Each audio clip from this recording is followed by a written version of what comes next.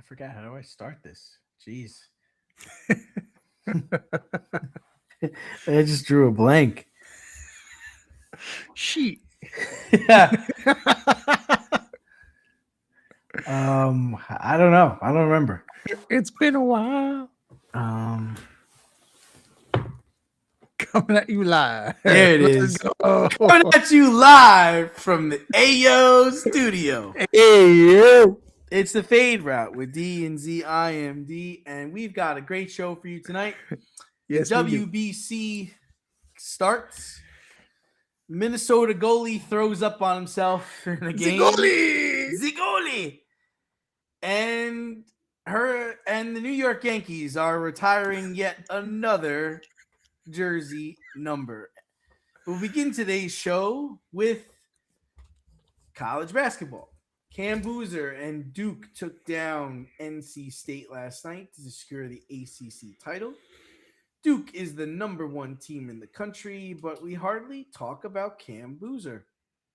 Why aren't we talking about him more? And is he the best player in the country? So he's played 30 games. He's averaging 22, 23, 10, and 4. Mm-hmm. Almost 60% from field goal, 78% from the free throws, 40% from threes.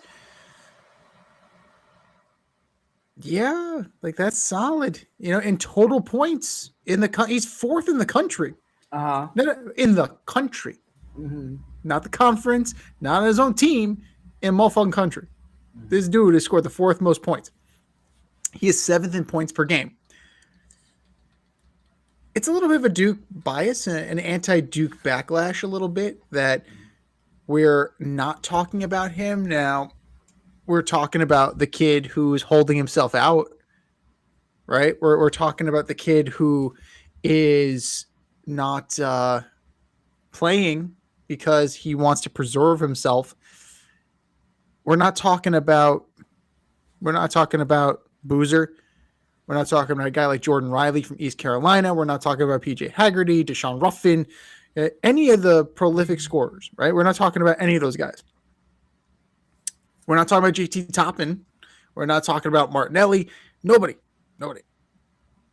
So we're not talking about Cameron Boozer because it's just a solid campaign. Mm-hmm. Like DeBansta is a almost 70 more points. You're looking at almost 3 more points per game. Mm-hmm. It's not so far and away, but DeBansta from BYU is having a better year. And we often, these players kind of crop up from time to time. A 6'9" freshman who can score like that, you have my attention. What's your college comp? Like, to me, for some reason, he's coming off to me like a Tyler Hansbrough. For DeManster or Boozer? Boozer. Oh. All right, Psycho T is fine. Like Psycho T with a better score. What was that name of that Ohio State kid? I feel like it was Jared Sullinger or something like that. Oh my God. There's a throwback. There's a throwback. Yeah. Yeah. He kind of reminds me of Jared Sullinger a little bit. Yeah, I mean, he's a big boy. Like, he can put it up. He can shoot. Like, 40% from 3 is not terrible. So you can totally work with that. Yeah, Ohio State. Yeah. 6'9", he's 6'9", 260. Yeah. So that's pretty good comp. In the league, 6'9", you're probably going to be, as crazy as it sounds, you're either going to be a power forward or a small forward. I don't think you're going to be a center. I don't think he's better than his dad. No. Carlos Boozer was a very, very good player. Underrated player, really. I'd say, I mean, listen, I'm a sucker. I still like Darren Peterson. Mm-hmm. Even though he's holding out his services. I'm just saying talent. Talent-wise. Just talent-wise. Talent. I think he has all the talent. And DeBansta seems like he's got everything. Yeah. So do you think that would be the top 3 in the draft then? Like Yeah. those 3 in any order. I'm not pinning you to Yeah. anybody at number 1. Yeah. I mean, I wouldn't take Peterson, but I think you're going to get into a situation where you might be a team like the Pelicans or the Kings, and you might be like, shit, Right. can't let this guy go. Don't really want him, but Well, you know, well, here's the other thing though. Like you could just take him. Like, remember this: Trae Young was property of the Mavericks for about 15 minutes. So right. like you could draft a trade. Like How about Zion at this point? Jeez, what a letdown that's been. He's actually been playing though. He's been playing recent, but his best, no way his explosivity, like all of that, his explosiveness, like he can't be what he used to be. And like, Ja Morant too, man. Those guys were top guys, and that's just a fucking letdown, big time. Well, I mean, injuries and health failed Zion, but we kind of knew that was going to happen coming out of college, man. Yeah. Especially, once it started happening in college, like we were concerned then. The Ja thing, before there any of these red flags? Like, because I don't remember. Before we go to Ja, I just think the Zion thing was just mishandled. Because it might have suited him better to get out of New Orleans. And now I don't know any team that would. Nobody's taking him. Nobody's trading for him. But I'm sure at one point the market was pretty hot for him, even though he was hurt. I'm sure the Knicks were a team that was very interested. And it's just like I can't recall a player of his hype and just like not coming anywhere close to maybe Michael Beasley. But Beasley was Beasley at least played. Right. And scored. Right. And then moved around to different teams. This guy is gonna live and die in New Orleans. Like, but he's also he can't even get out of New Orleans. No, but I'm also thinking about like situations where your body betrayed you. Did it though? Or did he betray his body by not taking care of it? Well, it's both. Well, no, come on. I would think those are two different situations, right? Like Greg Oden could not help himself. Like there was nothing Greg could do. And same thing with who's the guy on the 76ers now that's always fucking Embiid. There's nothing Embiid could do to stop his back, his knee, all these things from hurting. It's like from Zion, just put the Big Mac down, dude. Well, yes and no. Have a water. Yeah, his health it was not helped. His nutrition did not help. It was the wrong place for him with the gumbo and the etouffee and the crawfish pie and all that stuff. Yeah, I agree. But at the same time, his style, right? It was Sean Kemp 2.0. Yeah. Like the violence with which he dunked, the violence with which he played, it was a matter of time before he was going to break down. Whether he was fat, skinny, ripped, like it doesn't matter, dude. Like you can't play that violently and expect to have a long career. So were you trying to say like he needed to remake his game? He needed to tone it down a little bit, if only for self-preservation, because look what happened. Knee, back, just completely ruined whatever career shot he had. He's played 45 games this year. He's averaging 21 points a game. Solid. That's a solid performance. But was that supposed to be a generational type player? Yeah, it was, right? He was hyped and touted the way Wemby was. He was hyped and touted as the next big thing. And Zion failed to deliver on that promise and is failing to deliver on that promise. Now, I don't know why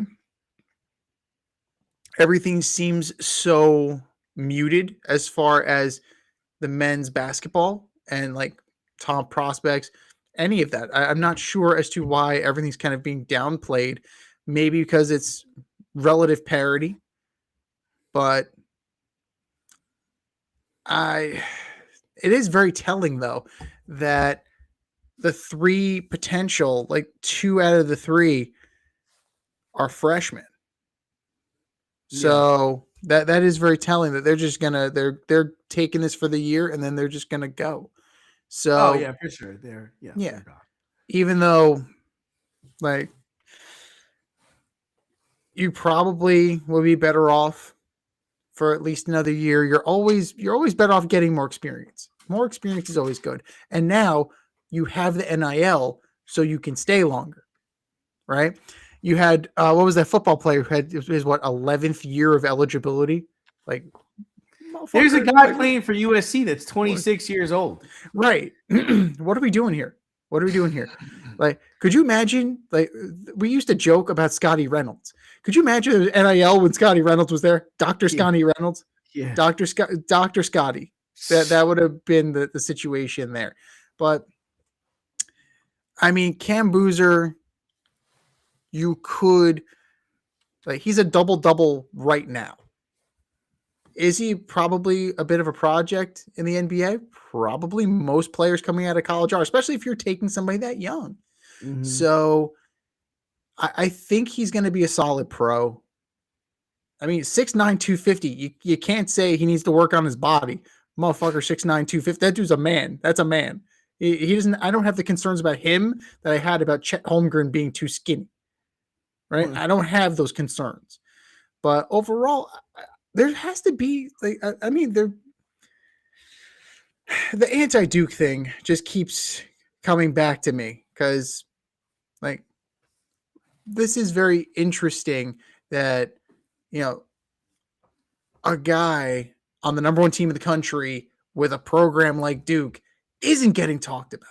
It's kind of like it's like Kraft and Belichick. Like, fuck you guys. Now you're gonna pay for it. Now you're gonna pay for it. Fuck you, man. Guys, I'm going home. Well, all right. So sticking with basketball, Luka Doncic and JJ Redick had a sideline confrontation last night that did not look pretty. Stargard is slashing 32, 7, and 8, but the Lakers are in 6th. LeBron looks like you and I out there. Is Luka everything the Lakers hoped he would be? Well, it depends on what you thought he was going to be. If you were expecting him to be the guy that's going to deliver you a championship, no. I feel like the Lakers thought he was going to team with LeBron, win championships, and then they were going to be able to build around Luka. But I don't think I mean, listen, I was a Dallas Mavericks fan, and I still am. Still a Mavericks fan. I like Cooper Flag. But, I mean, it was evident to me. I mean, on this show, I was saying it's time to trade him. We're not going to win with him. Even when they got to the finals, it's like, yeah, this was great, but he's not a two-way player. He doesn't play defense. No. And listen, he is a wizard with the ball. He can score. He can shoot. He can't slide his feet. He can't get back on defense. He doesn't give a shit about defense. No. And listen, Pete Maravich. Right. And coming out of the draft, even after his first year, I mean, the market for him card-wise went bananas. And I think we all thought, wow, this guy is going to win a championship. This guy is going to – I think everybody after the first 2 years of him playing was like, this guy is it. He's the next big thing. He's going to replace LeBron as the face of the league. And we're talking about multiple championships. But Z, if I'm looking at this, he was drafted in 2018, right? Mm-hmm. Didn't know was not considered for MVP, but won the Rookie of the Year. In this next season, second year, finished 4th. Third year, finished 6th. Fourth year, finished 5th. Fifth year, finished 8th. 6th year, finished 3rd. And last year, he didn't qualify. He wasn't even in the running for MVP. So I just find it hard to believe, even at the age of 26, that his best years are ahead of him. Like if you're the Lakers, I really do think you have to consider moving on from him. No, Well, if only for the betterment of your roster, because you're looking at the roster, and there's really not a lot there, right? You have an old LeBron, who's probably going to Bronny, retire or most leave likely. after this year. Most likely. You have Bronny, DeAndre Oh, Ayton, that's the ace. Hashimura, Dalton Connect, Austin Reeves. Right. So it's like, is it Like, going to be? Do you really think you can win championships no. with Luka Doncic and Austin Reeves? No, this team needs a facelift. They're sixth place now. Right. So, So and I would argue, I mean, come on, Z, let's be real. Would you rather have SGA or Luka Doncic? I would rather have SGA. Right? Yeah. Would you rather have Would you rather have Luka Doncic or Cade Cunningham? Cade Cunningham. Right. Defender. Younger. Yeah. Would you rather have Jaylen Brown or Luka Doncic? Jaylen Brown. Would you rather have Jason Tatum or Luka Doncic? Jason Tatum. Yeah. Even coming back from an injury, right? Like, yeah. I'm really still he's a more prolific player. And I'm gonna defend my guy. Would you rather have Cooper Flag or Luka Doncic? I'd rather have Cooper Flag because he's younger. And I don't know what his game's gonna be. He's clearly the rookie of the year, or him or Concanipo, but he's a great player. I mean, I would think he's going to get better and be a better all-around player. Yeah. It's just that for teaming Luka Doncic with LeBron and bringing him to LA, you would think they'd be better than sixth place, and they're just not. Well, the rest of the roster is also very flawed. So it doesn't matter what Luka does because the rest of the team can't keep up. Right? And LeBron is not who he used to be. At 41, he's the same size as Cam Boozer, right? He's 6'9", 250. That's his playing weight, that's his playing height. A 41-year-old versus a 21-year-old makes a difference, or 41 versus a 19-year-old in that body. Like the wear and the tear, the playoff seasons, the Olympiads, like it's done. Like LeBron James's body is running on steam at this point. It's running on fumes at this point. So Luka Doncic needs to make this his team.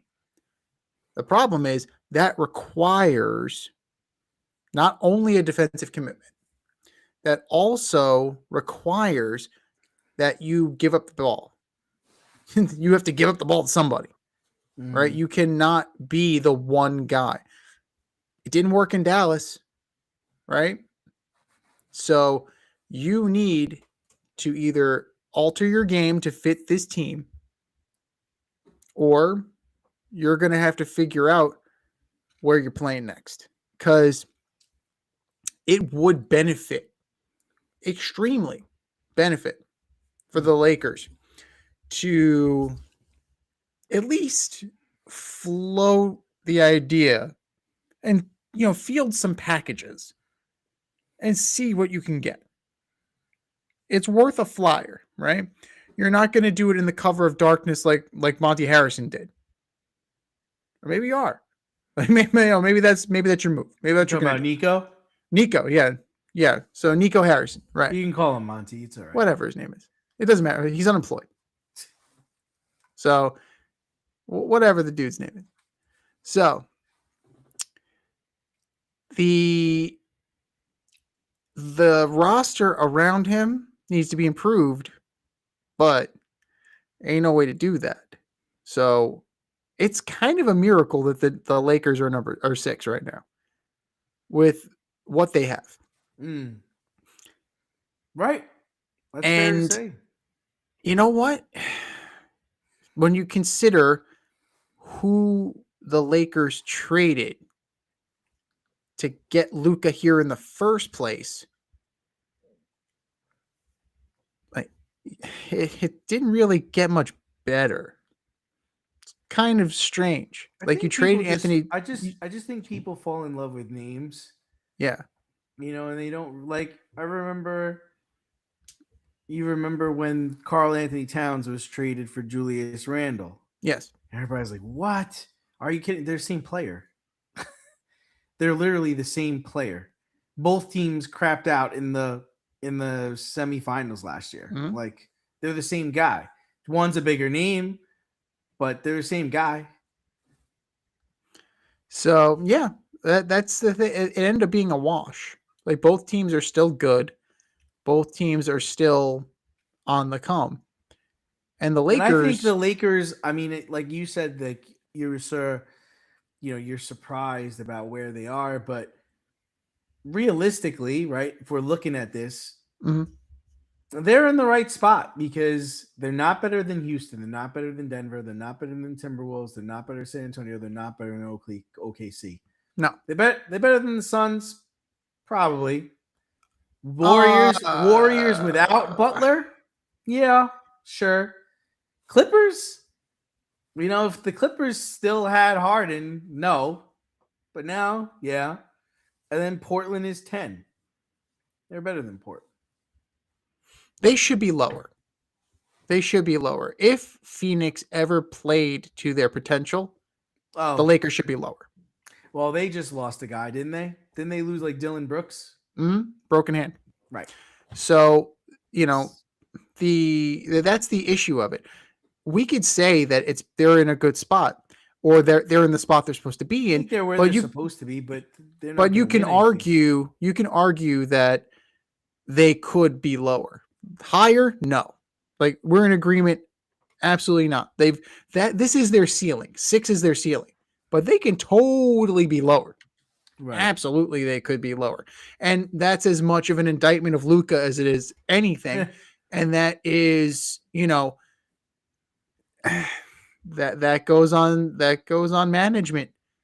Like you tried to pull a little sneaky, and you knew the player you were getting, and ultimately, like this is going to bite you for a while unless you revamp this roster. And trading DeAndre Ayton's not going to do it, right? Trading Austin Reeves isn't going to do it. Trading Marcus Smart isn't going to do it. What's your asset? Luka and LeBron, but LeBron can go. So that leaves one guy. Hope it was worth it. Right. But moving on to baseball, the World Baseball Classic starts tonight. I know you're excited about that. Woo! I hope you didn't order a Fanatics jersey because you won't be getting it until next month when the fucking thing is over. So ridiculous. The U.S. will be starting Logan Webb against Brazil tonight. They also plan to start Tarek Skubal in Game 2 and Paul Skeens in Game 3 in this tournament. So that's a studded starting rotation. But who do you like in the WBC this year? So even though you're starting Skubal, he's on a 55 pitch count, and I think he's only starting that game. That's it. Yep, he's going That's it. home. He's right one after done. that. He's done. He's going back to the Tigers, and he's going to go do his thing. So when you're looking at it, the U.S., I have questions about their pitching. Offensively, I don't have a question at all when it comes to the U.S. questioning their pitching. Really? I I thought that was their strong point. That was my strong hand. Well, not when you have guys like Skubal pulling out. Like, this is what you're getting. Have a nice day.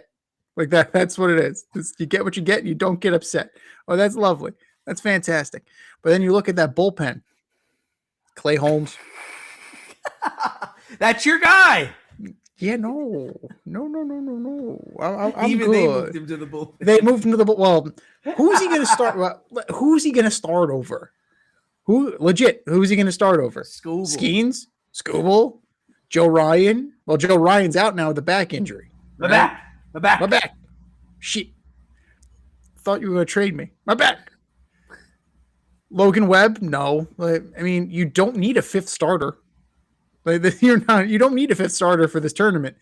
Nolan McLean is dealing with vertigo issues. So Like maybe you slot him in and you let McLean sit this one out if he's really suffering from vertigo. Like you don't want to fuck with that. So I don't know. It's just not an inspiring staff. I understand that Paul Skeens throws hard, and that's wonderful, you know. But then you also have like Ryan Yarborough on this staff. You know, he's there to take a beating. He's there to eat innings. Is that what this tournament's about? I don't know, man. So the one saving grace for the U.S. is that they have Brazil, Great Britain. It's a cupcake. Like their scheduling is such they should make it in. Great Britain's okay, aren't they? They're all right. They have some major leaguers on there. I think Jazz Jazz. Yeah. So that's not enough. Mm-hmm. That's not enough. Like they have, you know, you have some players, but not enough. So you figure, and Puerto Rico's having the issues with the insurance. So there's that. Like, you know, we got the roster. Just half of them they're not cleared to play because of the fucking insurance. I call Jake from State Farm here. What the fuck?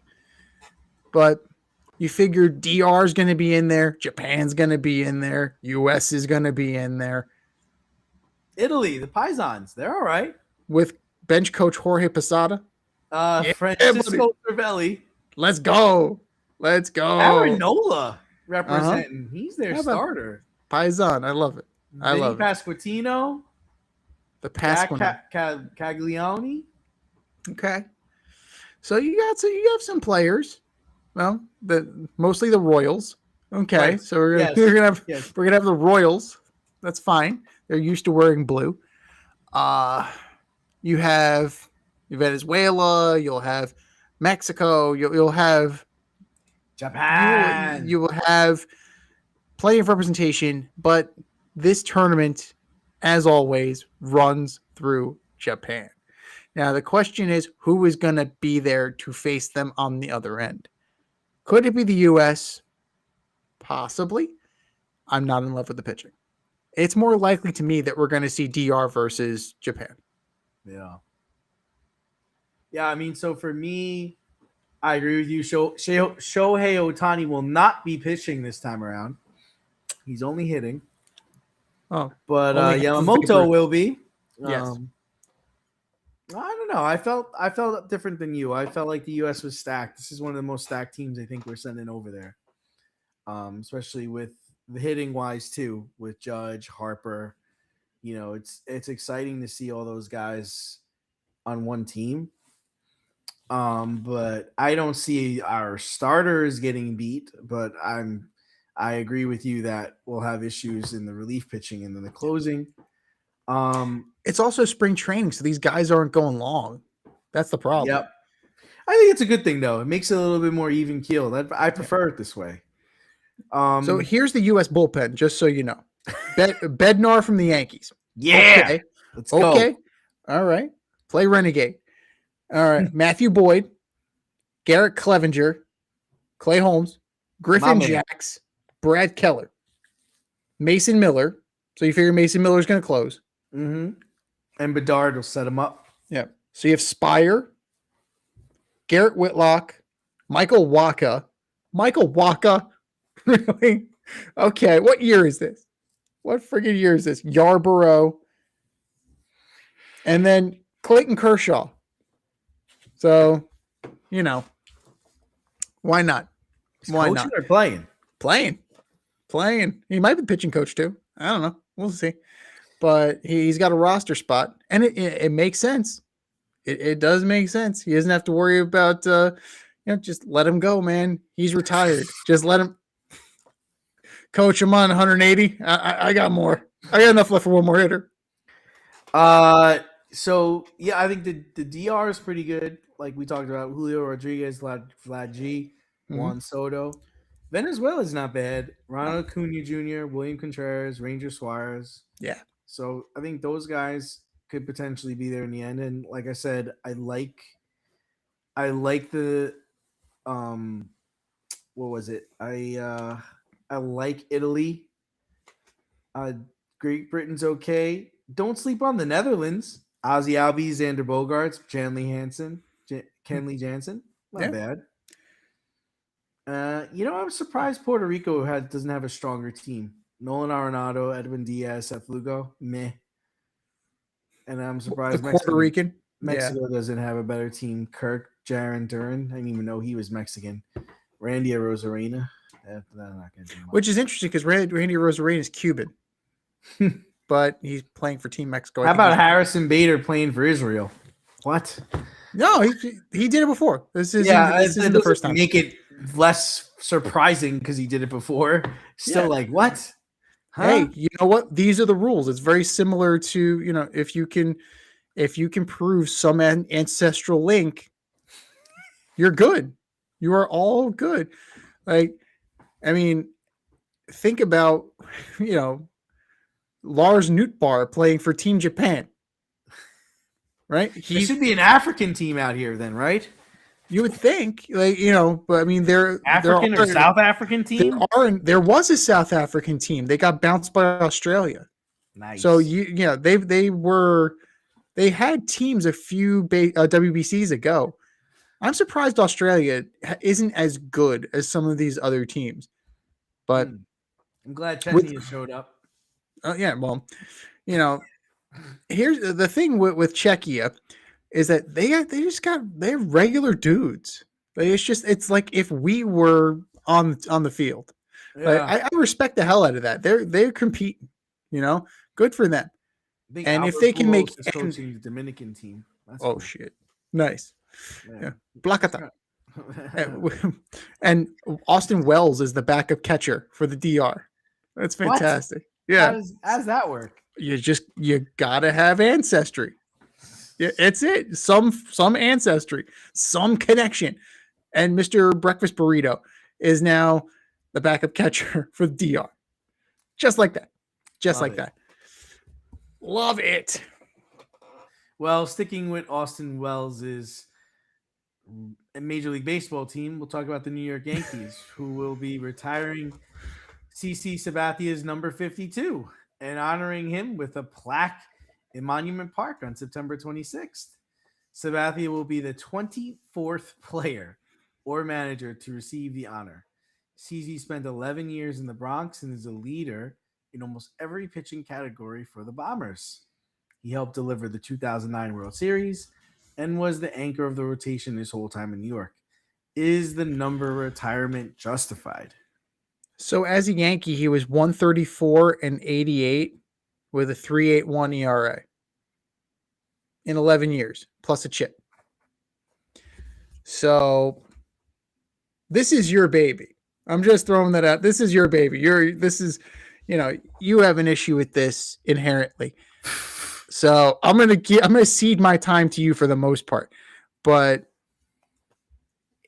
again, it's the team. They can do what they want. He won a World Series for them. I believe he won a Cy for them.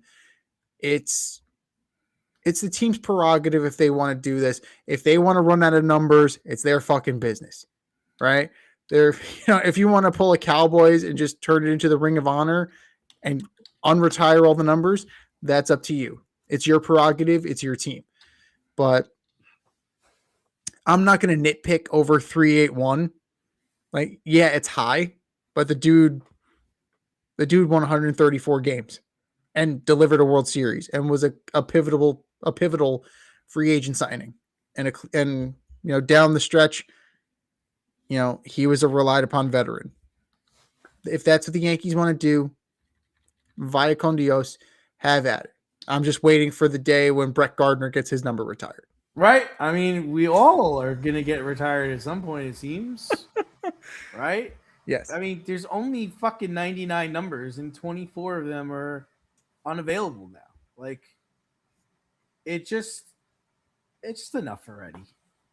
Yeah. Enough. Like, you've turned something that was so precious and so, like, legendary to like, oh yeah, Tyre's number. I mean, the people who initially started this were like larger than the game, right? We're talking about Mickey Mantle. We're talking about Joe DiMaggio. We're talking about Babe Ruth. Yeah. We're talking about like Lou Gehrig, fucking Lou Gehrig. Like my God, like Yogi Berra, Whitey Ford. Whitey Ford, Roger Maris. Like these are bigger names, right? Than ever we can ever think of. Okay, and then we start getting a little crazy.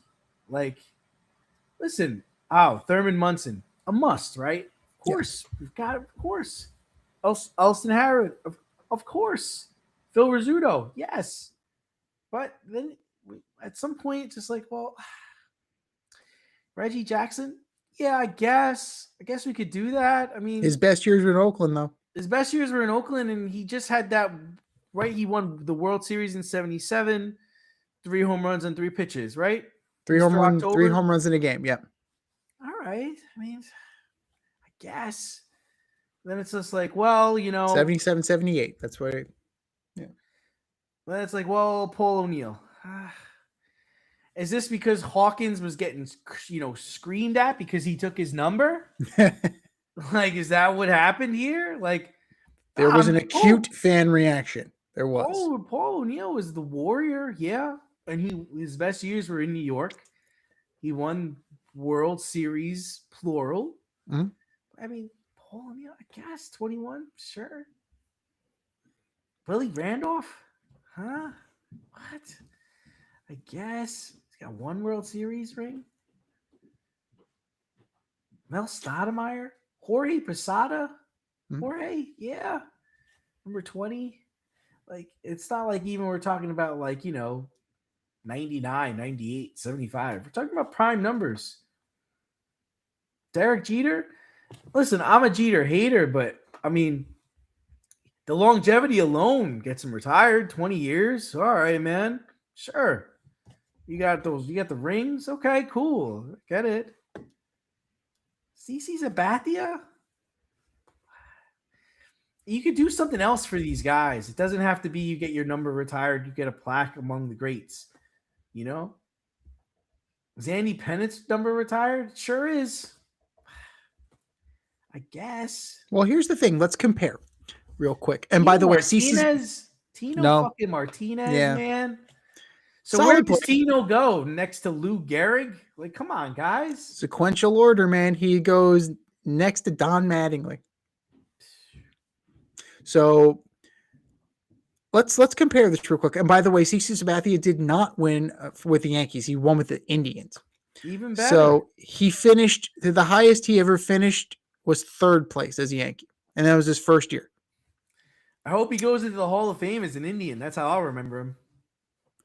So you have, well, that's also a reason why it's going to happen over the summer, is that he is going into the Hall of Fame. Like, thank you for bringing that up. But Pettit, Guidry, Sabathia, are they all worthy of the nod? All very similar, in my opinion. Are all 3 of them worthy of getting their numbers retired, in your opinion? No. All right, so Gossage? Come on. I mean, Goose was a good closer for them. Like, he was no championships, 0, none. Goose doesn't have any. Well, no, 0. No. 9-time. Oh no, he's got 1.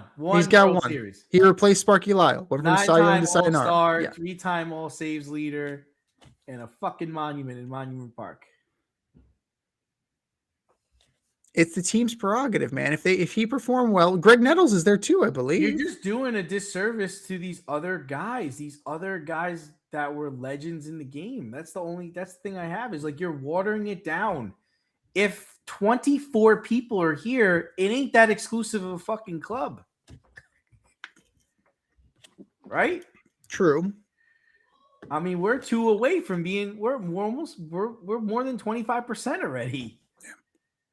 I'm sure Judge is going to get it done too, right? He doesn't have to win. Yeah. Does he have to win a World Series? He doesn't have to win a World Series. No, I don't think he has to be the most popular Yankee ever. And you get it. He still has time that he can break records, or he could screw it up. Right. Well, that is also true. But But if he Like, died today, a he World would get Series would into- help. A World Series helps him, but if A World Series would help. if he was to retire today, they'd put his ass in. Yes, they would. Yes, they would. Ali Reynolds, really? Come on. 47 to 54. What happened? Did he tragically die or something? Super Chief. I don't know, man. Yes, it's a team's prerogative, but you're just watering down some of the best players that ever walked the face of the earth. Like, I'm sorry. Is John Wetland getting in there? Like, where do we draw the line? Jeff Nelson? Graham Lloyd? Why aren't those guys in there? No? No. Shane Spencer? Ricky Leday? Well, Shane Spencer would never get in because he was a scab during the Chad Curtis? He's not in the union. Like Shane Spencer doesn't get any benefit. Like, that's fucked. Well, Chad Curtis. Jim Leyritz? Jim Leyritz. Jim Leyritz is my favorite player of all time. No. The next guy's got to be A-Rod. Yeah, that's the other thing. Right, and so that's the other problem is that now you have to almost put A-Rod in here, right? Right. What about Clemens? Roger Clemens isn't there. Huh? What? Right. Gosh, damn it. Right. That becomes the issue because you have guys that have done so. Why can't Mike Mussina get in there? You got me. Mean, that's the whole thing is like, where do we draw the line? Enough already. Can we go 30 years without putting someone in Monument Park? Like, how about this? Okay. What's wrong with this? Can we have the Garrigs, the Mantles, and sure, Jeter? Can we have them in Monument Park, but maybe put everybody else somewhere else? There's a fucking museum in the damn park in the Yankee Stadium. Can we put everybody else in there? Tino and all those guys, they don't get a plaque. Your number's retired, yes, but you don't get a plaque in the outfield. I'm sorry, sir. That's reserved for like greats. You, my friend, were very good. You weren't great. Is that fair? That's fair. That is definitely fair. If I ask a 9-year-old in Los Angeles who Tino Martinez is, he's not going to know. I think he's going to know who Babe Ruth, Lou Gehrig, and Mickey Mantle are. Maybe. Come on, he knows. There's also enough 9-year-olds who think that Bryce Harper. If I go upstairs right now and I ask my 9-year-old who Babe Ruth is, he knows. If I ask him who Lou Gehrig is, he knows. If I ask him Tino Martinez, he's going to think it's the guy that works in the pizzeria down the street. Here's the other problem with that, though, is that these same 9-year-olds will think that Trout, Ohtani, and Harper are better than those guys. So it's one of those things. Right. He's not going to think Trout is. He might think the other guys are, but he's pretty savvy in the Trout business. Okay, he's a listener of the show. So he's familiar with your argument on Mike Trout. He also might think Anthony Rendon's the best player ever played the game. That's another story. She's saying I'm a bitch. So I want to get his jersey. I wonder if they got his jersey on the website. I got to check that out. That's got to be on clearance. Awesome. It's got to be on clearance. It's a towel rag. It's a car towel for your car. Oh my God. All right. That's fantastic. Let's move over. Let's stick with baseball a little bit. Let's have a little fun. So last week we talked about rule changes in the NFL should adopt from the USFL. But this week, let's talk about changes Major League Baseball should make or could make. So if you became commissioner of Major League Baseball, what's the first rule you would implement day one? Bye, Ghost Runner. Yeah. Bye. Well, how about this? Let the door hit you on the way out. Maybe I hate it. I fucking loathe it. But I loathe it. Let's get a middle ground. How about Ghost Runner in the 11th inning? Okay. So let's play the 10th. Maybe let's even push it another one. Let's 13, go 12. 13. 12 or 13, sure. Yeah. So I get it. We want to get the game over with. But all right, let's have a normal, let's give everybody at least 3 tries before we do this. That's fair, right? Yeah. I am fine with limiting the number of mound visits. Okay. I also want to get rid of that 3-batter rule. Yeah, I hate that. I like the loogie. I like the strategy of that the lefty's coming in. I'm bringing my lefty in. Like, yes, I'm making you make a move. Sure. Like, that's it. Like, I prefer that strategy. For me, I'm getting rid of the DH in the National League. Pitchers, Yeah. get back up there. Let's fucking go. Let's make this how it used to be. Right. And I don't want to hear about like, oh, you're taking jobs away from players. Plenty of room on the bench. You have 26 guys on a roster. There's plenty of room for a slugger on a bench. What about the pickoff rule? The disengagement rule, I'm okay with it. I'm okay. I don't love it, but I don't hate it. What I do want to clean up is how to use replay. And I would ban zooming in. I would ban super slow-mo. Like, if you can't see it, right? If you have to blow it up to an absurd level, if you have to slow it down to such an absurd speed, go with the call on the fucking field. Oh my God, it's 800 times the size. It was imperceptible by the human eye. But he was that much. He was a micrometer off the base. He's out.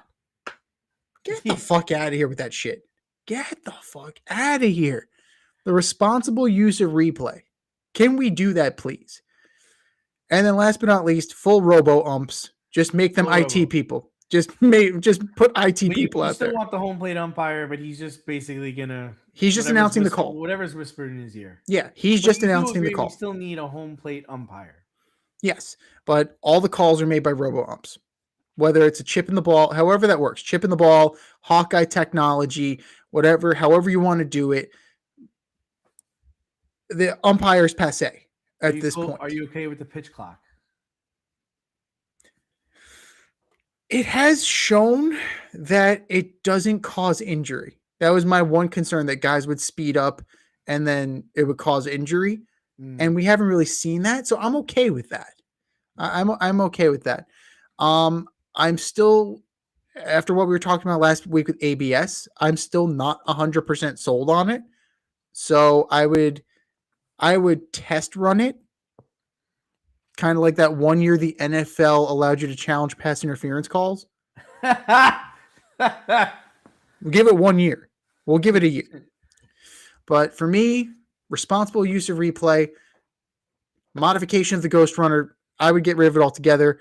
But, I understand where you're coming from.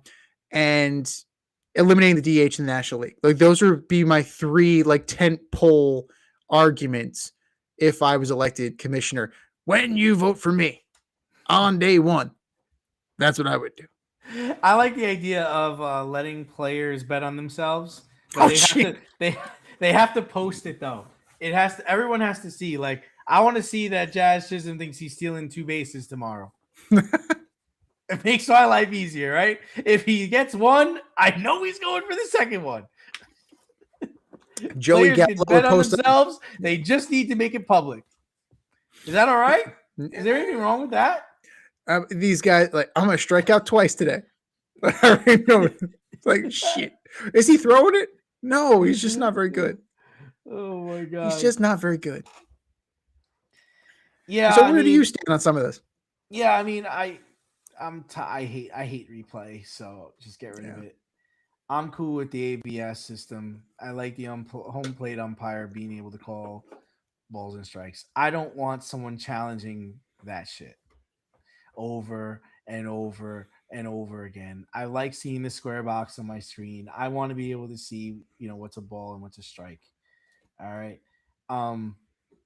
So it's mostly, just taking stuff away that Rob Manfred put into play. You stupid son of a bitch. You stupid bastard. Oh my God. But let's talk a little bit more technical. Let's talk serious. I mean, we're worried about a work stoppage here, and one of the things is on the table is the salary cap. Mm-hmm. So, I would also try to figure out what's the middle ground there. Like, if we're gonna have a cap, what does that number look like? Is it $300 million? Is it $350 million? And then what's the floor? Because there's no way the bigger teams are not going to say, well, you're putting a cap on me, then there's a fucking floor, bitches. So then what's the floor? And how does that play? How does that work? So, I mean, and you have to put it in an area where, everybody feels a little uncomfortable. The bottom teams have got to spend. The lower teams, the top teams got to cut. So the lowest team was what? The Marlins with like $68 million, right? Something like that, So like I proposed 200, and your response. What was your response when I proposed 200? Fuck off. Pretty much. So what would it be? 150? I don't know. You're asking them to almost triple their fucking number. But at the same time, it's like if you put what are they supposed to come up with this money? Like I don't know what their lives are like. I don't know if they have it. Do they have it? Right. Where are they taking it from? Right. How are they going to do it? And that was my concern. What did I say? What did I tell you? Too bad. So sad. You're not rich enough. If you can't afford it, you're not rich enough. Sorry. Yeah, another job.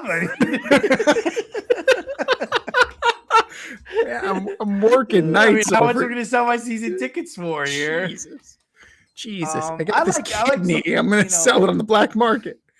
I mean, I think some of the interesting things that Charles Barkley brought up recently was not letting. He said this for basketball, but you can implement it in baseball too. It's like, yo, you can't raise your ticket prices if you're not over 500, bitches. That's fair. That's fair. Fuck you. Why should the White Sox fans have to pay through the nose? Why should the A's fans, who don't even have a hometown team, and what you should don't have a hometown, your goal then should be to get as many people into the stands as possible.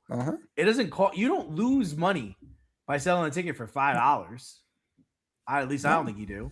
No, I mean, I remember when I worked at Yankee Stadium, they used to have $5 Wednesday nights. Wednesday night upper deck was $5 in the old stadium. Yeah, Wednesday nights in the summer in the upper deck. I'm talking about 400s and 300s is $5. That's some wild shit, man. Dude. And I think the bleachers were ridiculously cheap too. Yeah, bleachers used to be like $7 or $12. I don't think you can get into that building for less than $25 now. Actually, they do sell a kind of cool pass where it's a standing room only. It's like $15 and you get a free drink. When Mrs. Z and I go to Yankee Stadium, that's the only thing we do. Oh, you do? You've done that one. $30, man. It's beautiful. Pinstripe pass. Right? It's wonderful. Yeah. So we used that a couple of years ago to go to opening day. And you just go post up in an area. Like we go, like, we'll find a spot. We'll get our food. We'll just kind of chill. And it's great. Like it doesn't suck. You don't have a seat sometimes. But on opening day, I'm covered in case it rains. So nice. Also, it's fucking cold good. Opening day. Yeah, and the way Yankee Stadium is designed, it's a fucking wind tunnel, man. You're freezing your ass off. But, you're at least a little bit protected. Yeah. That's a pretty good idea. If you're not over 500, you can't raise ticket prices. Can't raise ticket prices. Yeah, that's fair. But I think having 150, I think, is a reasonable. Yes, you'd have to triple it, but also you'd have to invest in your team, and I think that might get people to the ballpark, right? All of a sudden, if you're signing free agents, yes, it's a crapshoot. It's a crapshoot. I'm not going to dispute that, but now let's say, for example, that the Marlins, that this rule was in effect and it was up to 150, and the Marlins ponied up and they got Pete Alonso. Pete Alonso would he's from Florida. He went to school at UF. That would get asses in seats, would it not? I don't know. I don't know the Miami market that well. I don't know. So, it's something. It's definitely something that fans will come out to the ballpark if they know you're reinvesting in the team. Yeah. If you know you're just a quadruple A team that's going to trade the player as soon as it gets good. Yeah.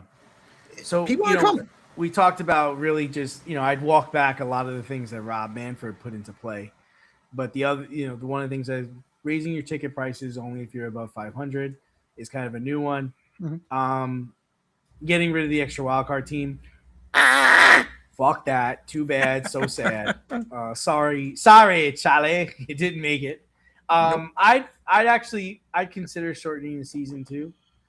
154, something like that.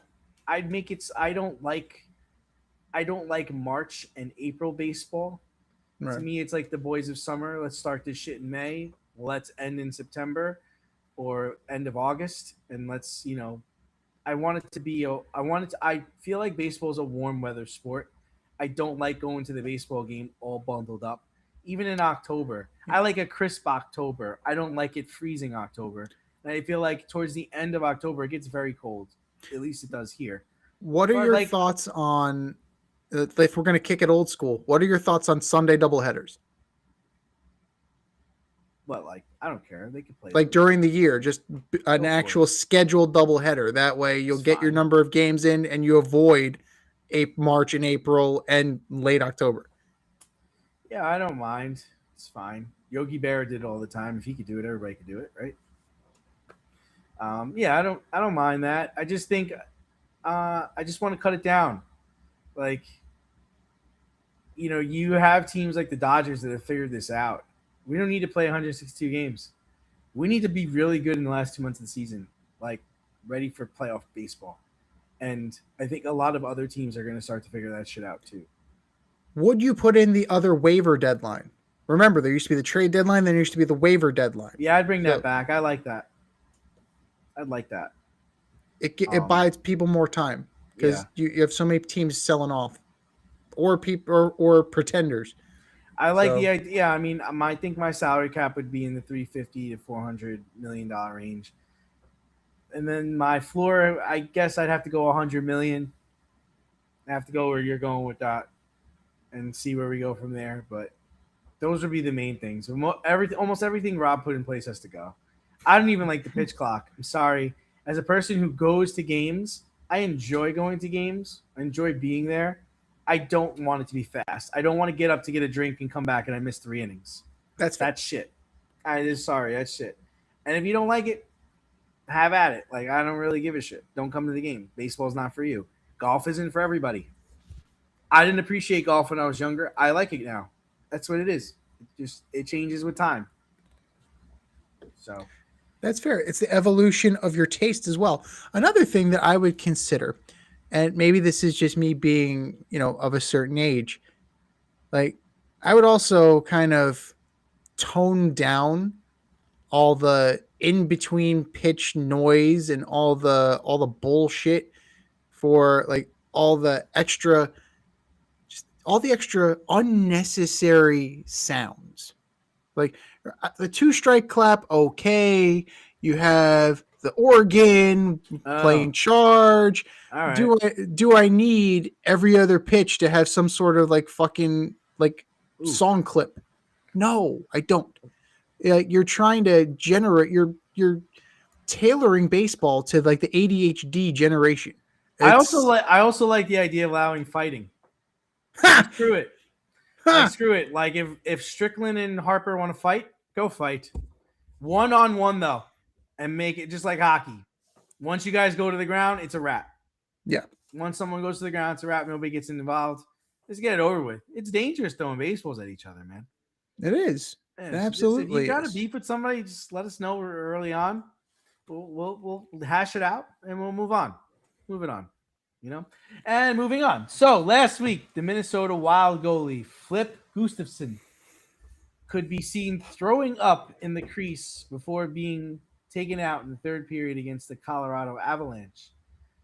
Philip was not feeling well the entire game, and the third period, his body just had enough. The Wild are currently in third place and are one of the best teams in the Western Conference. How important was it for him to play this fucking game? Like, who is this on? Is this on him for going out there, or is this on his team for letting him go out there? Like, Now, to be fair, have we not learned anything since COVID? Dude, you're sick. You're fucking sick. Yes, but we also don't know if this was, Jesper Wellstedt is his backup. So I don't know what Mr. Jesper was sick too? Yeah, I don't know if Mr. Wallstedt is capable of taking down the Avalanche. The Avalanche are one of the best teams in the league. But he's sick. But we also don't know, like, if it came down in the middle of the game. We don't know if he was sick. Reports are he was sick the whole game. Reports are he showed up sick. Okay. He was not feeling well. If that's the case, and the head coach said, "We need you tonight," then it's on management. If he said, "Coach, I can give it a go," then it's on the goalie, right? Now, can you get this information from the goalie and say, "Yeah, no, you're still not playing"? Absolutely, you can do that. But give it a go. They were up 4-1 in the third. It's over. We got this. No, against Colorado? No, you are not. It But is they're in not third. over. What does it matter? It's one game. He's throwing up on the ice. My man had like probably the flu or a fever. He's dehydrated. His body is shot. He's probably got the shakes. He's getting this whole team and everybody on the fucking ice sick. Right. So in that regard, you blame the player. You absolutely blame the player. But you have to take into consideration how it was presented. If management and the head coach is a part of management, if they tried to like pressure him or guilt trip him in saying, "We need this game, it's Colorado, we can move up in the standings," if that conversation was had, then you can put it on management, not before then. I feel like it's on management regardless, because if they made him play and he was sick, then that's on them. And if he said he could go, but he's visibly ill and he throws up on the ice, you should have not let him go out there. It's Right. all on management. Now, Even if a player says he's okay, players will say they're okay to just get back in the game. you also don't know, and we also don't know what treatment he got. If he got an IV, He probably got an IV. Yeah. So that IV probably masked it for a little while. Yeah, and it came to a head in the third. Right. But to be fair, I don't know how some players play hurt. He's play sick. Yeah. Like, if you've got the flu, the shakes, a fever, like of course, sore throat. Yeah, I could play with a sore throat. Yeah, of course. Or sneezing or coughing. Yeah, I probably can play for a bit. Adrenaline will get me through that. But flu-like symptoms like Michael Jordan or, my vertigo we even talk about, right? Like with Nolan McLean, yeah. Yeah, doing things like that. I don't know how players can get through things like that. Well, like you said, adrenaline can carry you a lot of the way. But at the end of the day, like you are correct. Like there has to be some sort of oversight. But like if he was sick throughout the day, but if that adrenaline has kicked in and it's carrying him through, you kind of have to monitor the situation. Like you mentioned with Michael Jordan, right? If he's up chucking, like Phil Jackson got to take him out. Okay, right? But that was the NBA Finals, and that was also, I believe, Game 4 or Game 5, a game they needed to win. So in those situations, you can understand this is a regular season game. There's 82 games. They're in third. They're not going to get into second. They're not going to get into first, no matter what they do. Context matters. Context does matter. Context matters. Context matters. But that's my whole question is was it what, and in what circumstance does he not get to suit up? Like if this was January, if it was what? Like in what situation does he not get to suit up? So if they were in second, does he get a break? If he's in first, if they're in 10th, like what? How does he get the break? Well, he's probably on IR at that point. Like if they're in 10th and they're out of it, he's probably on IR and they're done. They're 61 games in, so there's still ways to go. They're only 9 points behind Colorado. So it's 4-5 games. At this point in the season, Colorado also has 2 games in hand.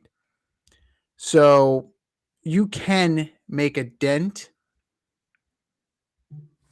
And with this kind of swing, since they're ahead of you, it's like a 4-pointer. They're gaining, you're losing, right? The distance is getting bigger at that point. So I understand why they would try to give it a go. And ultimately, the result is what it was. He ended up getting sick. Now, again,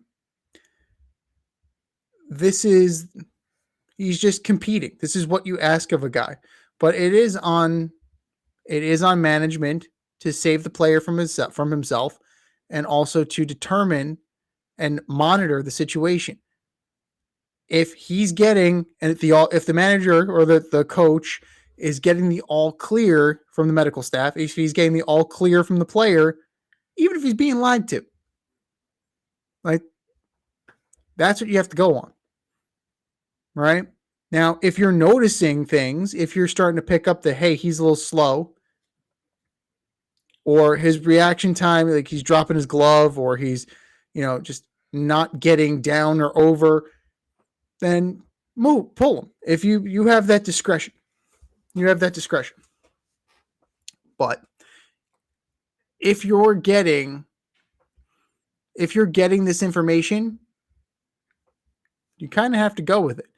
And if the player is like, I'm good, like, the player has to take a little bit of responsibility here. He does.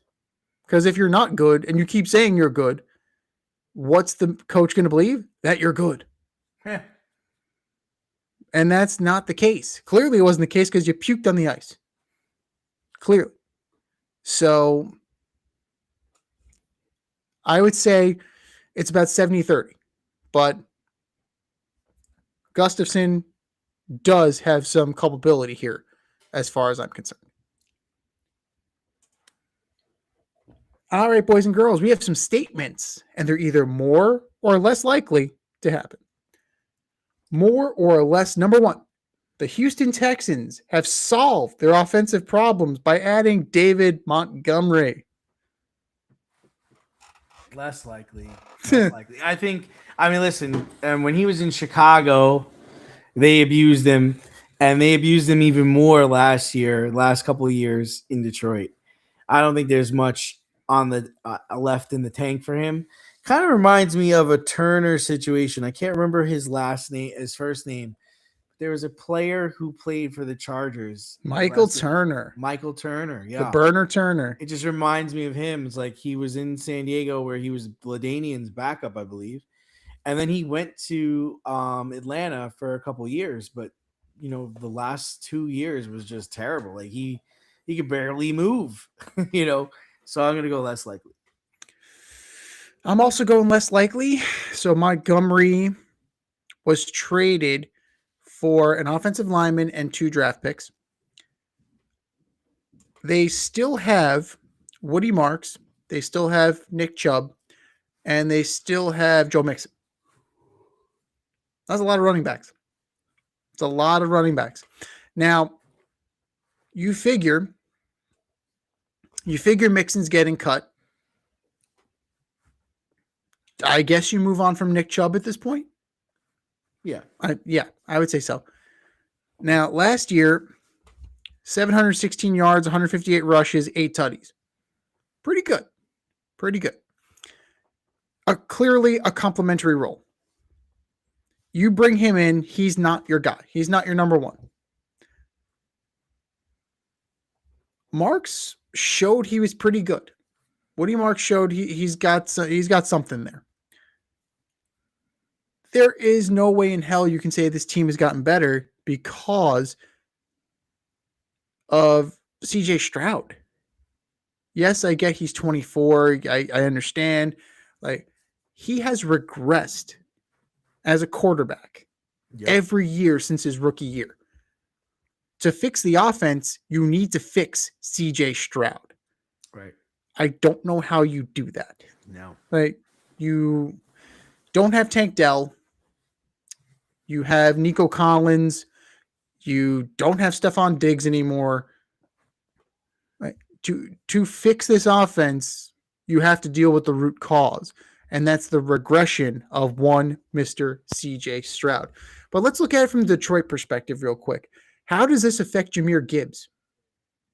He's going to carry more of the workload unless they go and sign a handcuff.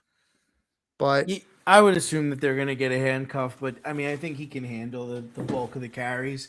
But I think Detroit is headed for a step backward. I mean, we saw them take a step back last year. They missed the playoffs. They're only one game over 500.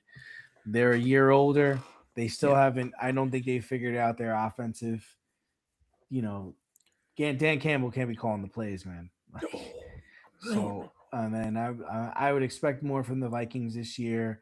I think the Bears are going to have a better year, and I would think the Packers. This might be their last go before they start clipping people. Yeah. I mean, losing Ben Johnson was definitely the killer because out went your creativity.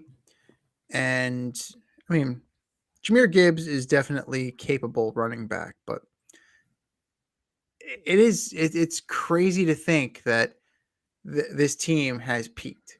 But that division is definitely one of the top in all the NFL. So we'll see. I mean, there are still cuts to be made. There's still a draft. There's still free agency.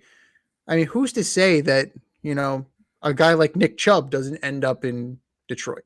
Like, who knows? Like, players are going to move. So there's clearly a plan in place. I think the offensive lineman Juice Scruggs, I think that was kind of the key because the Lions offensive line was shit last year. So I think it was as much of a depth move as anything. So we'll see. We'll definitely see. More or less, number 2.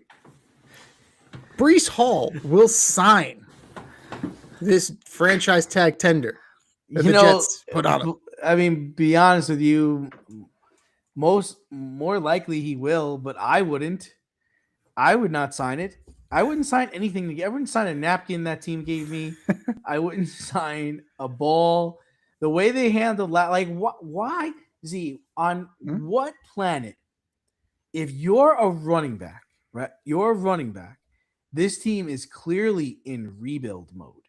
Why would I sign a franchise tag to be with this team for one more year? Why would I do that? Right. Kenneth Walker is not even getting a franchise tag or retained by the Seahawks. You had a chance to sign me to a long-term deal this year. You had a chance to trade me this year, and you did neither of them. I'm not reporting to camp.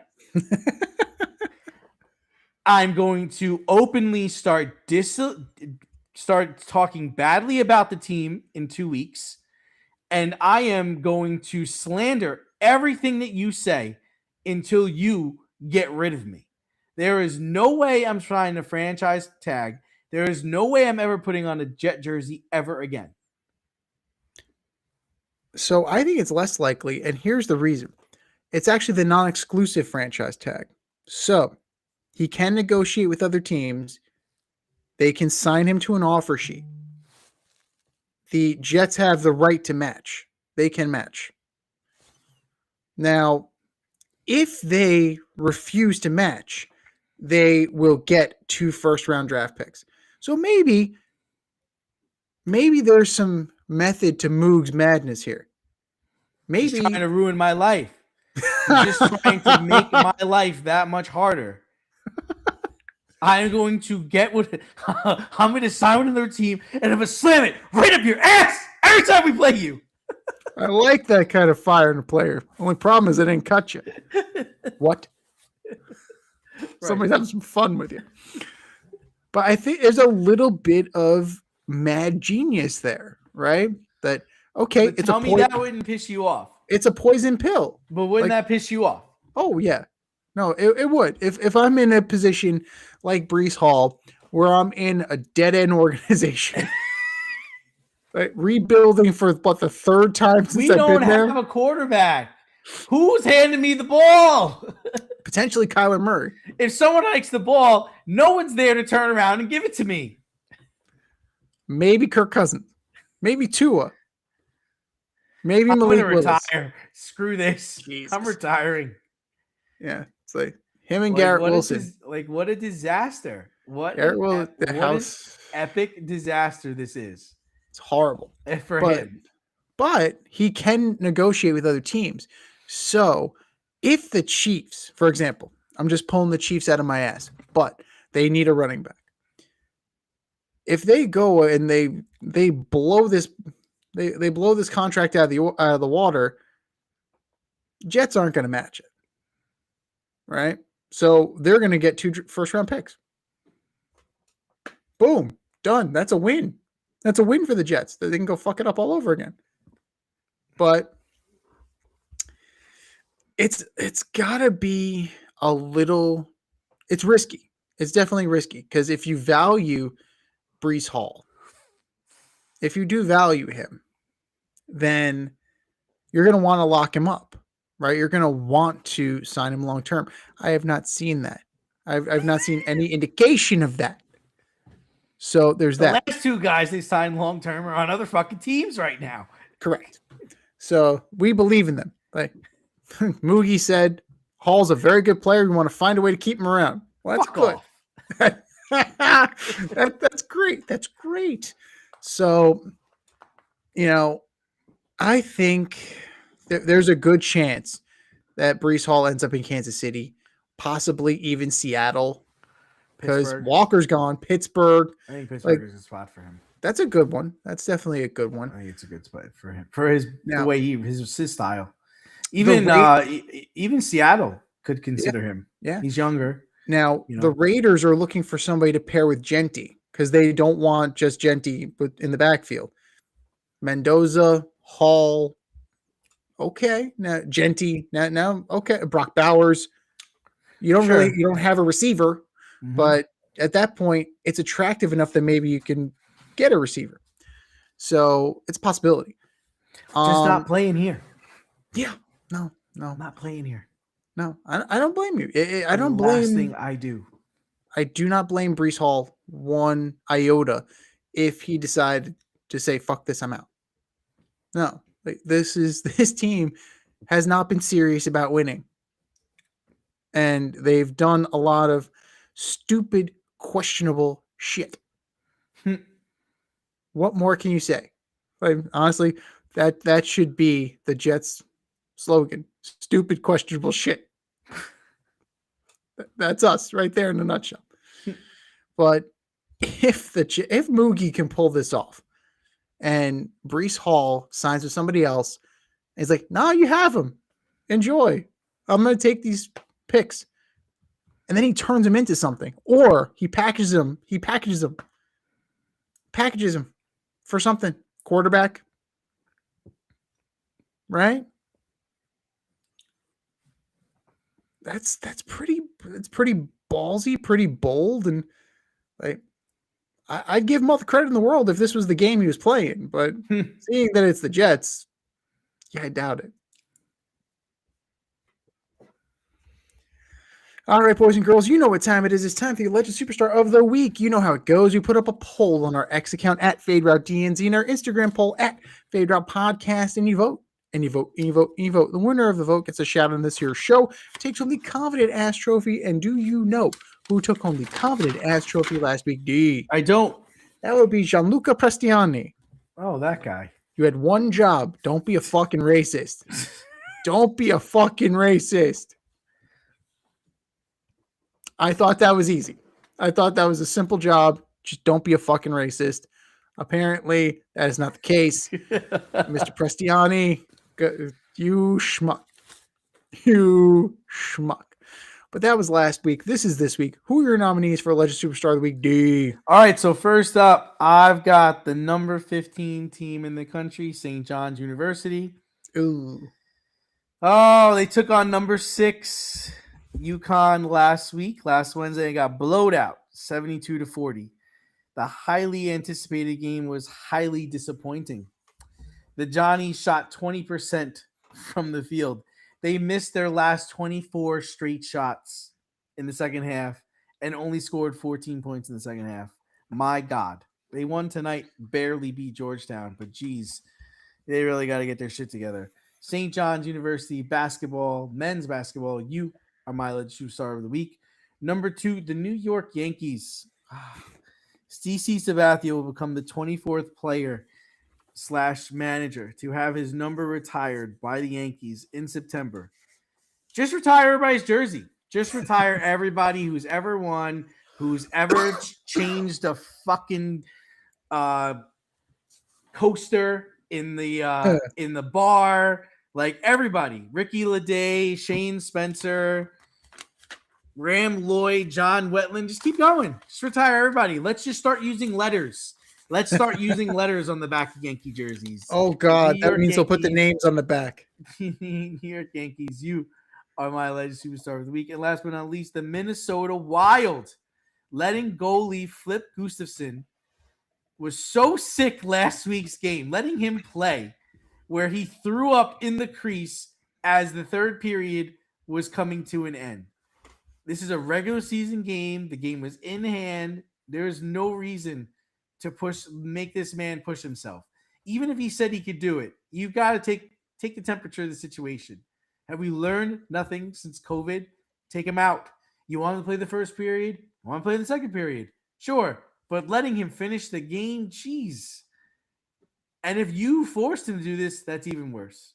Minnesota Wild, you are my alleged superstar of the week. What do you got, Z? Good choices. You really can't go wrong with any of them. Oh, I know you got some studs this week. You do. No, now, you do. I do. Well, you do too. No. I mean, with the Yankees, I mean, like we're almost at Mike Stanton Day. Not that one, the other one. John Voight Day. That's right. That's you mean right. the actor? The orthodontist. Just wait. One day, Scott Brocious will have his number retired. Scott Brocious, Aaron Judge. I can't open a bag of chips. Carlos Stanton. Yeah, everybody. Now, what happens when? I mean, are you going to put? How's it going to work? This is my question, because you'll have Volpe, Brett Gardner, and Chuck Knobloch all wore 11. Like, how do you retire that? Are they like 3 11s in one circle? Oh, like, I don't know how that's going. We got to get Danny Butler on here to talk about this. Like, the Yankees are his account, so I think that he might have some insight into this. Just invite me to Claudel Washington Day. Like, yes. I really want. You know what? Invite me to Jesse Barfield Day. That's fucking awesome. Ricky Henderson. Let's go. Pasquale Melito Perez. Yeah, let's just do Alvaro Espinosa. Craig Wilson. Yes. Yeah. For the 2 months of Lance Berkman. the 2 months of Lance fucking Berkman. Let's just put him out there. Oh, Jimmy Key. Yeah. Oh, Jimmy Key was a solid Jeff Yankee. Nelson. David Wells. That would be entertaining as fuck. You have to admit that. Yeah. How does he not get his number? Retired? Perfect game. Nothing. El Duque. Dude. Honestly, for that, just hear me out. Instead of retiring all their numbers, just 1998. Boom. Put that in Monument Park. Just like that. No, just put it in your little museum that you have in the back of the fucking stadium. Just put it over there. What's it there for? It's a vanity project. The only people that should have their numbers retired are the GOATs, the legends, which is Babe Ruth, Lou Gehrig, Yogi. The 1998 Yankees were 125 and 50. Like, that's great. That's wonderful. Half the team was also on drugs or steroids, and Babe Ruth didn't play against black people. Like, you can. We can do this all day. We can do this all day, my friend. So, it's like, there's always something. He also didn't play night games. That's true. There's always something. It's always fucking something. I'm not sure he played on the West Coast either.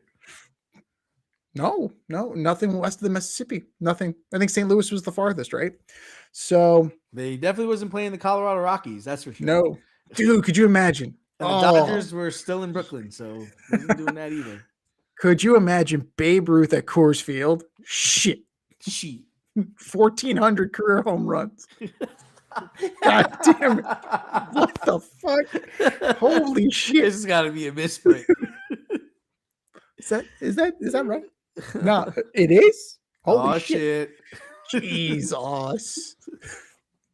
So for my alleged superstars, I'm starting with Trae Young. So he got tossed from the Wizards game against the Rockets. You don't even Now- go here. So, it goes without saying the Wizards lost. The Wizards lost. Okay, we'll move on from that. Here's the problem. Trae Young was not playing. Trae Young was not dressed. He walked onto the court to complain to the official. His official Wizards debut is supposed to be this Thursday.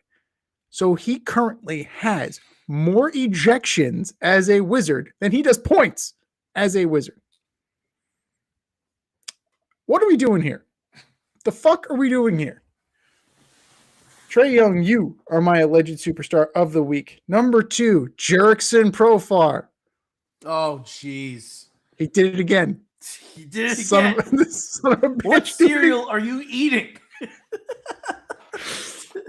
Come on, According- man. According to Jeff Passan, he's up for a 162 game ban. He tested positive for PEDs again. Don't make this a habit, Jerickson. Like, you did it last year. Okay. And now you're right back here where we fucking started. I can't believe it. You're Well, kidding me. Honestly, a career year in San Diego and then this. What the fuck was he doing in San Diego? Like, what was he not getting caught doing in San Diego? You start being Good morning. suspicious. Good morning, sir. Jerickson Profar, it looks like he's going to be suspended for the rest of the year. You're kidding me. You're fucking with me, right? Son of a bitch. Anthony Rendon and me. Hey, this opens it up. Let's go. No, there we go. Go sign his ass. Saying I'm back, baby. I'm back. So you're seeing him a bitch. Like, were you like when he found out that he failed? Was he surprised? Like, did you even like when they asked you to piss in the cup? Were you like, oh? Like, you didn't? Could you try? Is it worse if you tried to give them somebody else's piss? Like, is it worse if you tried to do that? Listen, guys, I'm not going to Start do going this. around the locker room. I need someone else's pee. Someone's got to help me out. Oh my Hey, what god! Nutri-Grain bars are you eating, man? Like, don't come on. They're loaded with HGH. How did you not know? What the fuck? What GNC are you going to? And you would think, like, after it already happened, you would not take this again, or you may be a little bit more like concerned about what you take. You think so? No. We're just gonna go right back to the well. Yep. I kind of. This is how it went, Coach. I know what you're thinking. Yeah. Oh shit. Oh my god. He is one away from being Henry Mejia. I hope you realize that. Henry Mejia is the only guy with a lifetime ban for PED use. Even the guys that getting bet on close. baseball are going to be playing again, Right. except for fucking you. Yeah, pretty much. But remember, it's only a lifetime ban. So when you die, it's all good. Jerickson Profar, you are my alleged superstar of the week. You're an idiot. Forget about a legend superstar. You are an idiot. He's like one of the best DHs in the damn league, and this guy is taking PEDs. Oh, Like, Jesus! what are you doing with your life, man? Oh my God, they do have Anthony Rendon jerseys. How They much? still do. How Oh my much? God, they do.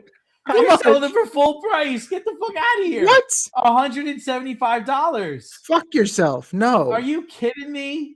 get the fuck out of here. They're all $150. They don't believe he's retired. One jersey. What was? Did he wear this the day he retired? It's $400. For what? This one jersey is $400. Why? Is it the one that was hanging in his locker for the last 2 years? It's under This glass. one's $370. Are you kidding me? Who's buying this? The cheapest one they have is $90. That's bullshit. I'm sorry. What? The youth What? jersey's $125. Get the fuck for On Anthony what planet? Rendon? Who's gonna buy this? Nobody. Are you Not kidding? even Anthony Rendon's family. Like, Jesus Christ. Here I thought it'd be like $20 or Clearance. like in the clearance section. Right, dude's You want retired. full Clearance. price for this? He's Fuck retired. you. He's Get out of never here. coming back. Yeah, get out of here with that shit. It says free jersey assurance. What? In case he comes out of retirement? Like what? He signs with another team. He fucks them out of a whole bunch of money. Right. Tony wage theft. Like, come on now. Number 3. That's funny. That's wild, man. Number 3 for me. Sorry, D'Lo. It's Liverpool. 2-1 Wolves over Liverpool. It's the first time in 9 years that the reigning Premier League champ lost to the 20th place team. 9 years. And Wolves are awful. Wolves are leading the charge in relegation, and it's not close. So congratulations, Arne. Good job. Fortunately for them, Mo Salah scored. So there's your silver lining. Liverpool, you are my alleged superstar of the week. Maybe we'll send them an Anthony Rendon jersey. I think we said our piece. Just Go kids in Africa wearing this jersey right now. Right. Rendon! They also think the Blue Jays won the World Series. Oh my God! Donate this to the Boys and Girls Club. Something. $394. Are you high? That's crazy. That's absolutely absurd. You couldn't give this away. No. Burn they them. could. Burn Something. them. Something. Don't give them to the poor. Give them to the homeless. Something. The homeless in San Francisco. Perfect. Something. Anything. That'll get them back. Go to our Fuck ex. on me.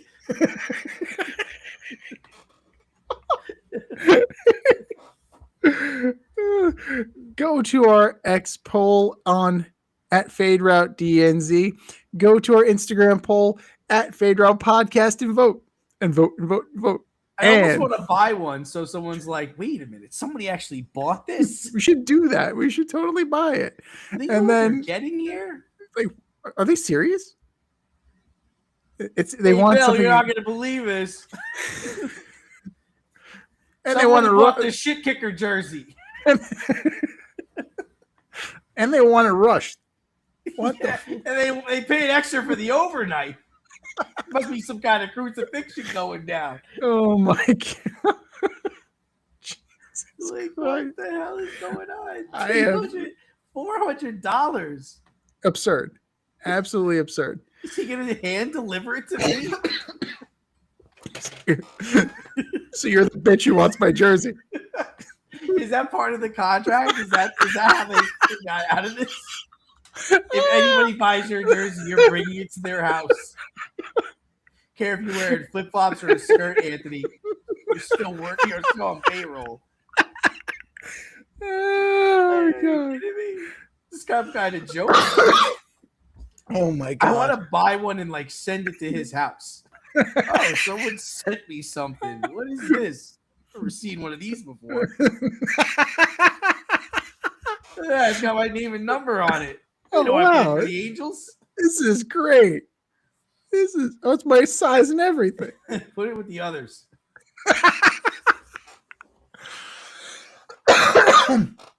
And for our nominees. Holy shit. Oh my god. Fucking Anthony Rendon. This guy's gonna kill me. Yeah, I really thought. I was like, oh yeah, it's clearance, probably like $40. No way. $400. Never in a million years. Never. You couldn't give it away. Clearly, you couldn't give it away. It is time for us to order up. Order up, order up. We continue our division by division MLB preview as we order up the American League Central. Got some good teams here. You got a lot of bad teams too. So we'll see if there's any major movement. From 5 to 1, who you got in the American League Central D? All right. So first up, I've got the Minnesota Twins. No Correa, no Pablo Lopez, only Joe Ryan in the cupboard. They might lose 100 games. Number 4, I've got the White Sox. I know they lost Luis Roberts, but maybe the $34 million man Murakami can score some runs. Number 3, I've got the Cleveland Guardians. Most of the division, most of the team that won the division last year is back, which is why that's a problem. So yeah, I have them taking a step back. Number 2, I've got the Kansas City Royals. Healthy Cole Reagans. This Caglione, Jack. Think he can do well. He's playing on Team Italy this year. And the hometown hero, or the guy that they've been sweating the last couple of years, Bobby Witt Jr. I'm assuming they've got a bounce back in them. I wonder if this is Sally Perez's last year. And then my first place team is Detroit. They're a 90-win team. Their starting rotation with Verlander, Valdez, Flaherty, Skubal, it's got to be tops in the American League. I think they top the Central. I think they contend for an American League title. What do you got, C? I mean, there's a lot of similarity here. The Pablo Lopez injury really sank the Twins. Now, you're relying on Joe Ryan. Joe Ryan's got a back problem. Joe Ryan's like, oh, shit. So you have, Mick Abel, Taj Bradley. You're just making names up. You have, Bailey Ober. Come on. Nothing's really nothing's really doing it for you. Simeon Woods Richardson, fine. Okay, made sure. Up. You haven't said a real name yet. These guys are all made up. There's no way these are professional baseball players. It's new game. Real or Minnesota Twin? So made up or Minnesota Twin? I like there that. You go. That's a good one. Offensively, they brought in Josh Bell. So there's that. But Josh Bell probably won't be 250 hitting Josh Bell. He won't be there long. But if it completely goes south, they'll trade his ass. Maybe this is the year they finally move on from Byron. I mean, it'll be worth something to somebody at the trade deadline, right? Switch hitting pop, somebody will pay. I don't know if it's enough that it's going to, alter the course of their franchise. I don't know if it's going to be a trajectory altering move, but this might be the year that Byron Buxton gets traded. But yeah, the Pablo Lopez injury definitely moved them into DFL, which is something considering the fact the White Sox are in this division too. Yeah. So the White Sox still are not very inspiring, right? You have Eric Fetty, you have, not much, in terms of pitchers. A lot of unproven guys. You have like Drew Thorpe from the Yankees, from a prospect from the Yankees from a few years ago. Shane Smith. Yeah, leaves a lot to be desired, right? Sean Burke, Jonathan Cannon. Again, are these made up or are they Major League Baseball players? So this guy here is a furniture mover. So they believe in Kyle Teal. We'll see. He's going to get some extended playing time. We're looking at Murakami. That's who you're looking at. Is Murakami the goods? I'm banking on no. With that level of strikeouts, that's not very awe-inspiring. Right? You seem to have something in Colson Montgomery. We'll see. You traded for Luis Angel Acuna. You have big plans for him. We'll see. The switch hitter. Yeah, the switch hitter. Chris Getz is a fucking moron. So, we got the wrong guy. Oh, did he just say he's a switch hitter? Oh, Chris. But wait a minute. I wanted the switch hitter. Read the We, scouting tr- we reports. Damn traded it. the we traded for the wrong fucking guy. Son of a! It was the wrong one-legged man. Shit. Guys like Benintendi and Hayes are probably gonna get traded midway through the season, but it could be worse. You could be the Twins. Third place. I'm not in love with the Royals rotation. I'm not really digging it. Yes, Outside of Urseg is Reagan's, good. right? Yeah, Reagan's is good. Lugo is solid. I don't know how much longer he can put that up. Yeah. You have Waka, another guy. Like Waka, he's waka, waka. Waka's 34. I thought he was older than that. That's Team USA, Michael Waka. That's You. team, yes, as opposed to the Puerto Rican who's playing for Team Puerto Rico. Yes. Seth Lugo is older than Michael Waka. Shit. Who knew? 38. 36. So you have Michael Waka. I feel like he's been around forever. Exactly. It was, him and Wayno. Like I feel like I thought for sure he was 38. Yeah, I thought he's sneaky young. Kyle Wright is there, former Brave Kyle Wright. He's still alive. Yeah. I think he's trying to be a knuckleballer. He I ain't think cut you yet. Taylor, they ain't released you yet. Now, and then you have Chris Bubich. Okay, but Urseg is good. Carlos Estevez is good as long as Lindor is not taking him deep. So, you got a couple things there. Matt Stram is there, but realistically, he's just, he's the winner of the Nicolas Cage lookalike contest. So that's good for him, I suppose. They got some hitters. The offense will carry them, but the pitching just leaves me a little underwhelmed. Second place, because they have better pitching, I'm going to go with the Guardians. Offensively, this team does not wow me outside of Jose Ramirez. What are you going to get from Manzardo? We'll see. Like we got a little taste last year. You have DeLauder. What are you getting from him? Stephen Kwan is still here, so that's good. You still have a very underrated player in Stephen Kwan. I know they were thinking about getting rid of him last year. I'm sure they're thankful they didn't.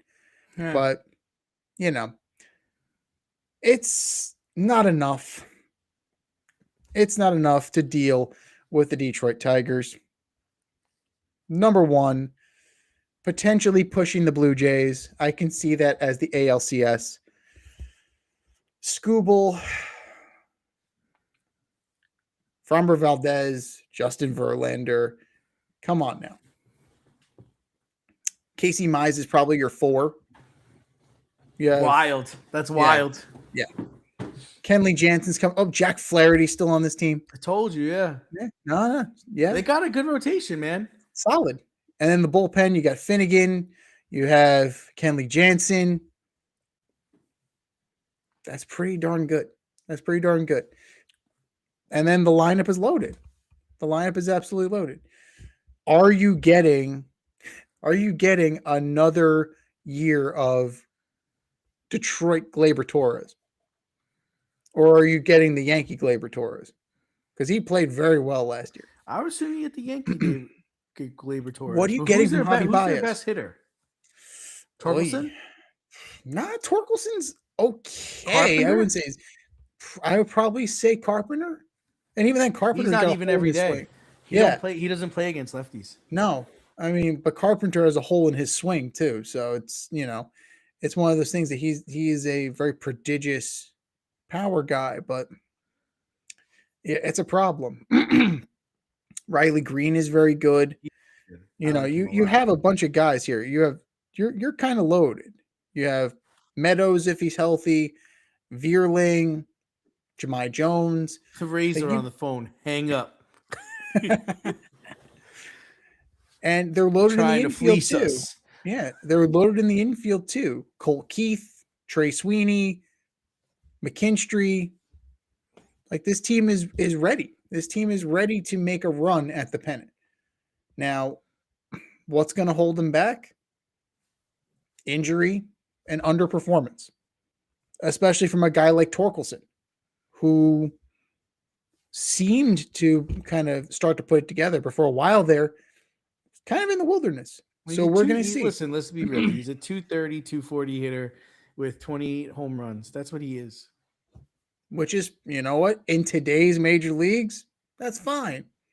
That's actually better than fine, because you have some guys who are in the 200s or sub 200s who are still getting regular playing time. So that's fine. Spencer Torkelson with those numbers, you can be a fucking all-star. Congratulations, buddy. But I think the Tigers have enough to not only win this pretty comfortably, but also make a run at that pennant. And who knows? Maybe even the World Series. Let's get crazy. Let's get crazy. Those are our picks. What are yours? Hit us up, faderoutemail@gmail.com. Slide in our DMs on IG at Faderoute Podcast. Drop us a line on X at FadeRouteDNZ and let us know who you have in the American League Central. It's time for us to run the go route. We'll talk to you next week when we order up the National League East. And a big thank you to everybody that joined us tonight on our Twitch stream, YouTube stream, X stream, and Facebook stream. We'll see you next week.